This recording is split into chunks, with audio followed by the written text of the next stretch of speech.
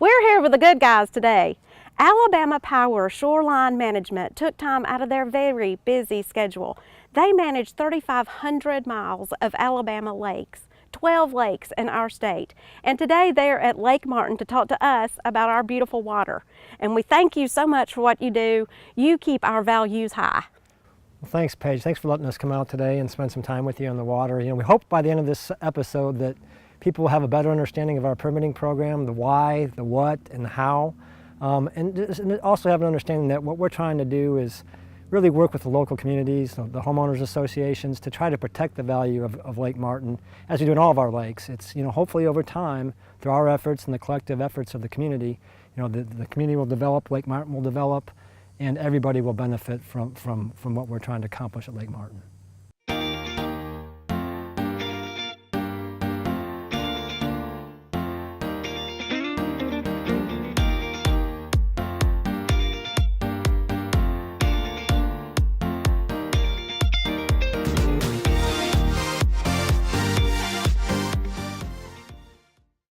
Hey everybody, this is Trey with Crew Lending. I'm out here at beautiful Lake Martin today. It's just after Labor Day and it's gorgeous out here. And a lot of people pay cash out here for their places and don't finance. And I just wanted to point out that rates are so low right now. When you're going to buy these toys behind me, these wave runners and pontoons and wake boats, you may want to finance a portion of your lake house at these low rates to be able to buy these toys and not have to finance those at higher interest rates. So just a little tweak that you may consider, call me today. I'd love to help you. We're closing lake homes in 30 days or less.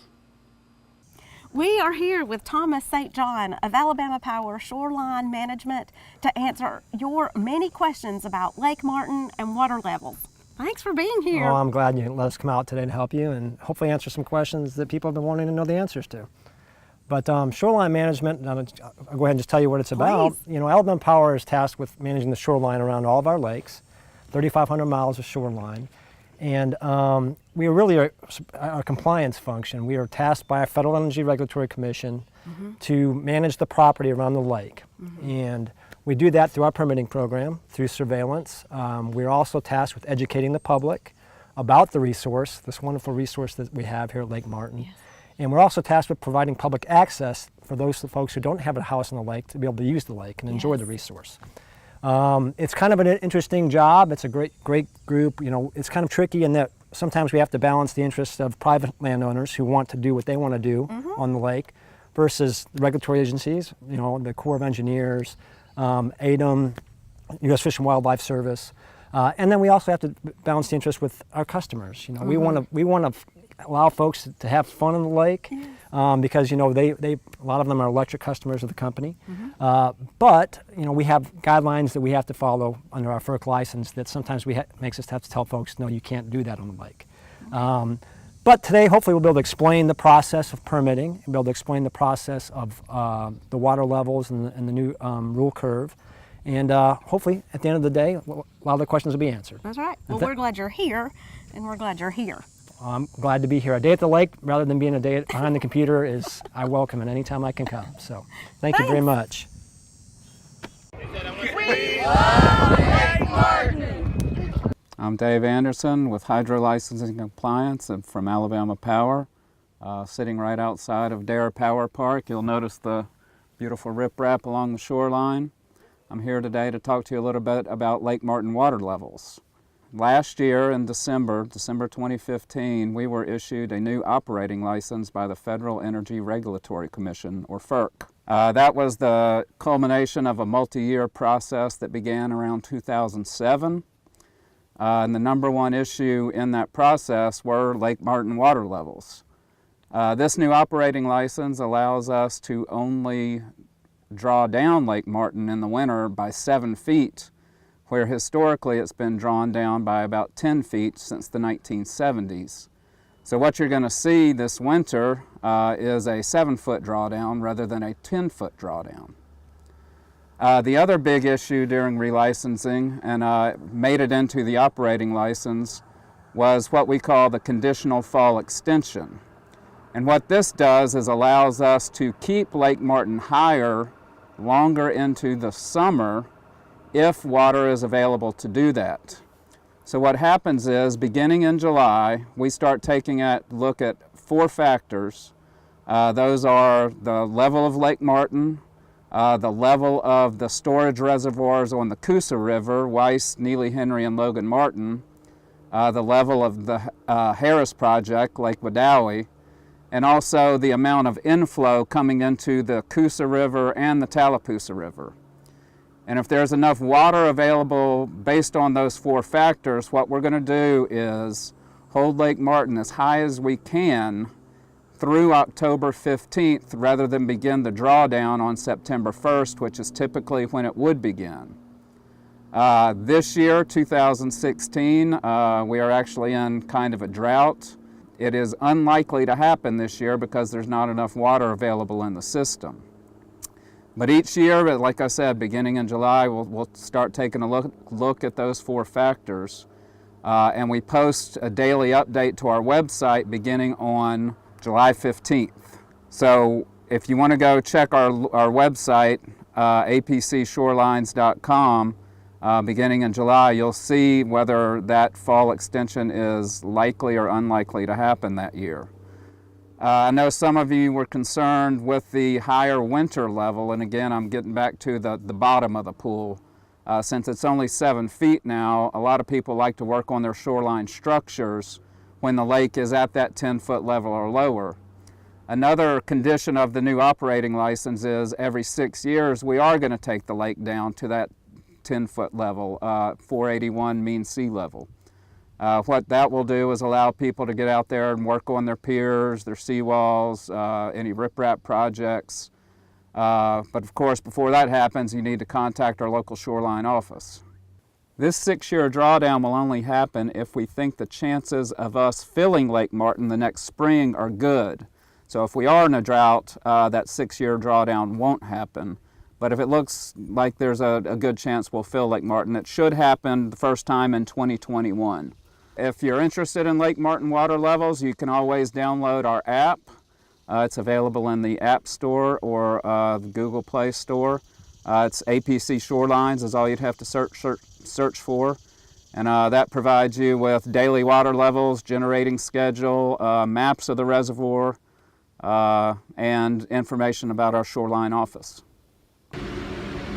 Hi, we just sold our house with Paige Patterson and we love Lake Martin. Hello, I'm Rhett Hanks with Alabama Power, Shoreline Management on Lake Martin. I'm here to talk about our permitting process a little bit.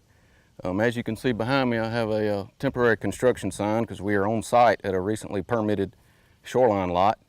What I'd like to tell you today is a little bit about our permitting process. Generally, it's going to begin when a shoreline lot owner or a developer contacts us, usually with a phone call, and request an on-site meeting to discuss their proposed shoreline activities, which could include bank stabilization, could include stationary docks, open boathouses, boat ramps, anything along those lines. And what we'll do then is usually meet the customer, the potential permittee on site, discuss their plans or their needs, and determine whether or not what they'd like to do meets our permitting guidelines. And if so, we'll help them fill out and apply for their shoreline use permit through us. And if you'd like to talk a little bit about the specifics of our requirements, as far as bank stabilization goes, there needs to be a need for it, meaning there should be some erosion present. And our preferred method is going to be the installation of riprap. Although we can permit other methods such as poured in place concrete walls, wooden seawalls, sometimes they're whaler style with posts in front, stacked stone walls, which are becoming more popular, geostone block walls. It needs to be completed as close to the existing high water mark as possible, or within, say, 24 to 30 inches. Anytime we permit a wall of some sort as bank stabilization, there has to be a course of riprap at the toe. It's a requirement of our permit.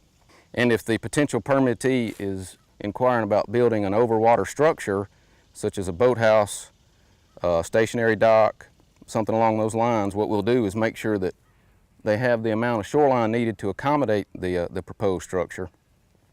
And if so, we'll ensure that what they're looking to build is going to meet all of our size and length requirements. Those things are what we're going to look at first. If those requirements are met, we'll move forward and issue the permit and give the permittee up to 12 months to complete their project.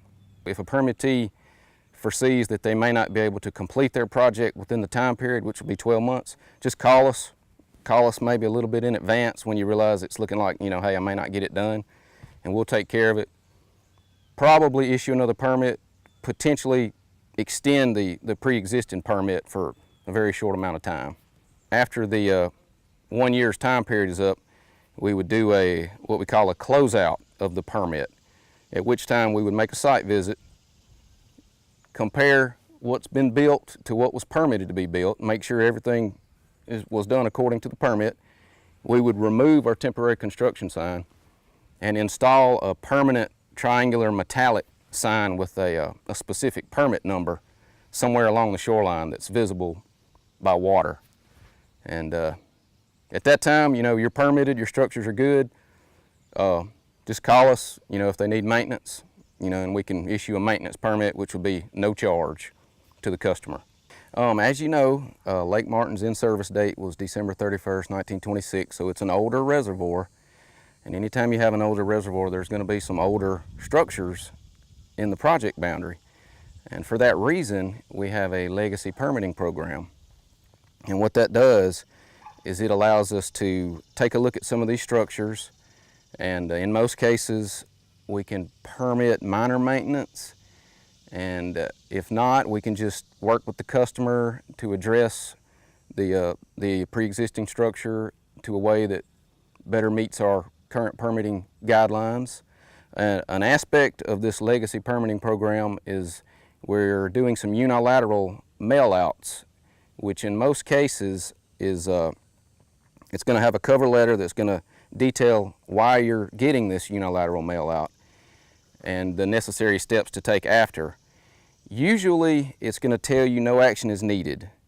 Now if that's not the case, or even if it is the case and you have any questions, just call me. My telephone number is listed there in the letter, and I will help you understand why you've received this letter and what exactly it means. We're always here to help the customer. We want to make our permitting program as user-friendly and as seamless as we can. So please just call us if you have any questions, or if you look to make any kind of improvements along the shoreline or within the project boundary, and we will help facilitate that and expedite that and make it happen for you. And like I say, we appreciate you working with us and calling us, because we're here to help. We're the Jamesons, and we love Lake Martin.